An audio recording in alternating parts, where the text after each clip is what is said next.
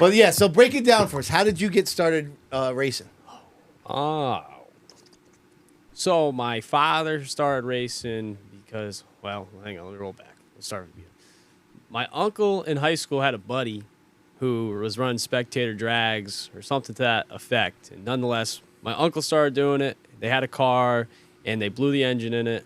And then he's like, whatever, I'm done with this. My dad's like, can I have it? And then they changed the engine, and they went and raced it. And then Is this at Seekonk?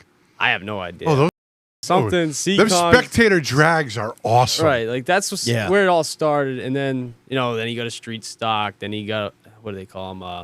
A Charger car, I think would have been the term.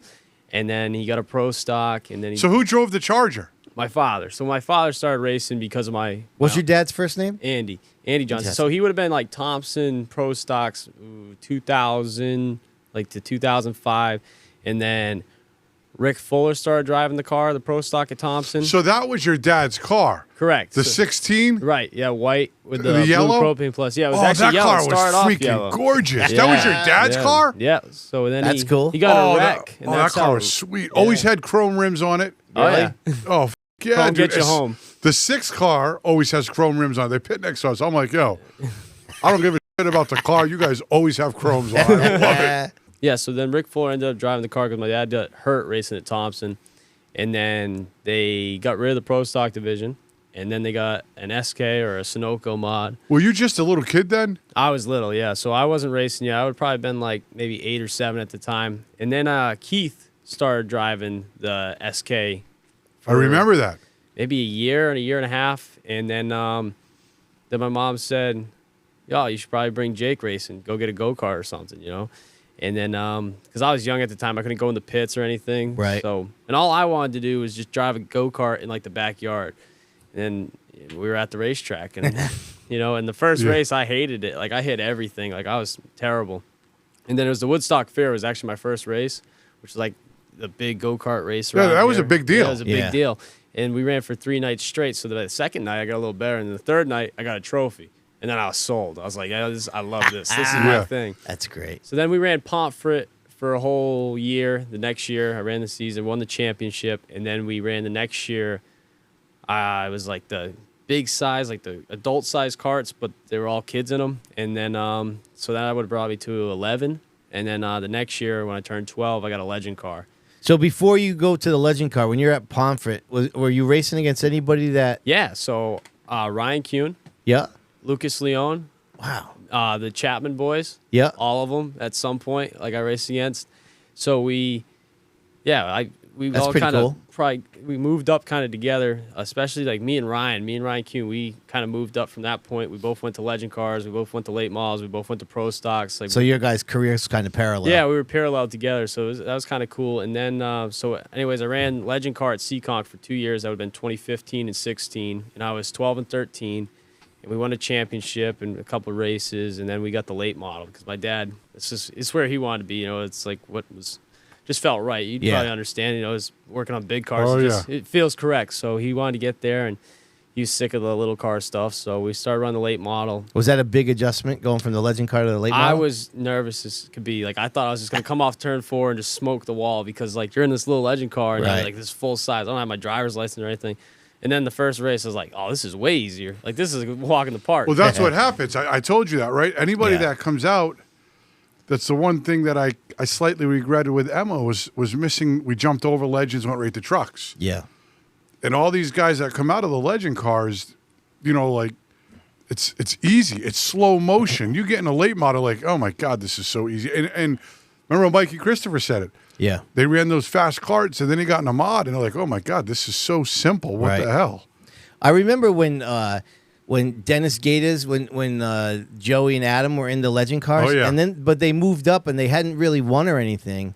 And I remember talking to him and saying, like, I forget how I worded it, but it was like, are you worried about them, in the SKs, kind of thinking like, they didn't, I'm thinking in my head, like they didn't really do anything. And he was like, legend cars are a learning car. And he's like, I saw what I needed to see from them, and I think they can handle it, and then they'll be fine. He took it totally as it was a learning thing, and we're in and out, and when I see what I want, we're gone. You look at guys like him, Mike Christopher, Rowdy Burns, all these guys come out of those legend cars. Yeah. They are almost winning instantly. And Rowdy's driving both now at the same time. Yeah, right? but he's fast at Seekonk in his late model. He's a threat every week to win. No. And when he goes to Thompson, he is. Yeah. Yep. You know, the kids are over the top aggressive, and because they have full control, because it's all slow motion. So now you're up at the late models. Yeah, so we ran the late model, and we had a really good year. I think I finished second or third in points. Do you have any brothers and sisters, by the way? I have a sister. Okay, she into racing? Care less. Nothing, huh? My mom and my sister, every time me and my dad go away, they're like, "What do you want to do this weekend?" Anything but this. Like my mom don't like anything because she doesn't like to watch. It makes her stomach turn, and my sister, she care less, not her thing.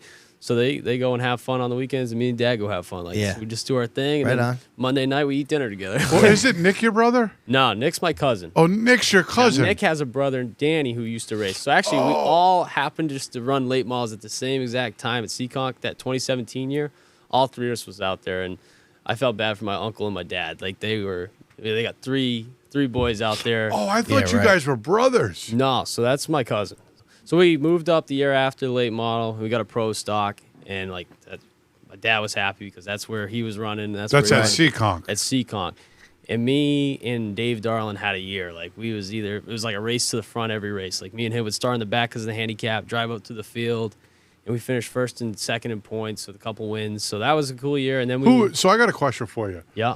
Through the whole process of the late model deal and all that stuff, did you guys set all your own cars up, or did you have somebody helping you? I mean, how's that deal go? So to be so competitive right off the bat in an ACT car against 17 at Seekonk, it's pretty good. Yeah. Right? And then to jump in to a pro stock and be running with Dave Darlin right off the bat, there has to be somebody in the camp besides just driving. You know, do you guys do that work yourself, or do you have somebody help you? Or so I gotta credit a lot of that. So when we first got the late model, because I was young, I didn't know nothing, no better. I didn't know anything about a race car besides just the strap in and drive it. Because I was 14 at the time, and my dad, you know, he raced his whole life, and you know, he says he's always a little bit jealous of it because the second time around, you know, he got to start kind of fresh with me, right? And everything that he screwed up and learned from, he got to do right the second time. So I benefited huge from that. You know, you almost need to be a second generation or third generation to have this success that I've been able to have. I've been fortunate just because of all his screw ups, every mistake he made. Yeah. So when we got the late model, he says we're gonna do it right the first time, and we got a car from Distance, Jeff Taylor in Maine. We unloaded it, and right from his shop, went out there, and I was top 5. Like I off came the out trailer, right, and I was like, this is the easiest thing I've ever driven. Like it's like driving a boat. Like this is slow motion. It's just a cakewalk. But when you get in a crowd, then you learn quickly. All right, I guess it's not so easy. You know, you get next to the first Charlie Rose, and he's like Mark Jennison. You're in the middle of 3 of them. You're like, I'm gonna learn quick here. Right. They got a little seat time. But honestly, my dad is very, very what's the word? Hands-on, perfectionist. Yeah. Like that race car, the notes, if it wasn't perfect, we're not leaving the shop until everything's right. And that comes from loading the trailer, every battery's charged for every impact, every tool's where it needs to be, everything's cleaned, and we're going to do it right. And if it's not right, we're not showing up. Like that's how the 15. Sounds like my kind of guy. Dude. Yeah. If we're not ready, we're just not going. Like we both agree. Like there's not like we're never going to run 3 races in a weekend. It just won't happen because we're going to do it right. Like, and it's the precedence has been set my whole life, and he does the same at work. Like it's the same way. Everything's going to be right, and we're not playing around. We're going to show up. We're going to do it. We're going to do it right. So I was very fortunate to have him be like that because I go, you know, I go to a racetrack. I don't know, probably 2 times a week. You know, and I'm not racing. I'm helping my buddy, and you get to see all these different teams and how they operate. And then some of them, you're like, how are you showing up still? Like how is this like? No one checked this. And like how are you making it? Like you show up and some people they don't even have an air tank. It's like, how are we gonna, you know? But and that helped me a lot too because you get to learn that way. You know, you got to figure it out. So you get to the racetrack. So I've essentially the second I got my driver's license, I was at the racetrack as much as possible, helping as many people as possible. And that's the best way to learn. I mean, there's a million ways to set up a race car, and there's nothing wrong and there's nothing right. You have to be able to understand that. And like I've been so fortunate to learn as much as I have because I've been surrounded by so many people that are smart, and even surrounding yourself with dumb people, you learn like, okay, I That's don't want to do not to do. anything like this guy. You know what I mean? So you learn a lot. You can still learn. Right. So like you learn like this is not who I want to be at the racetrack. I ain't doing that. Right. So like That's funny.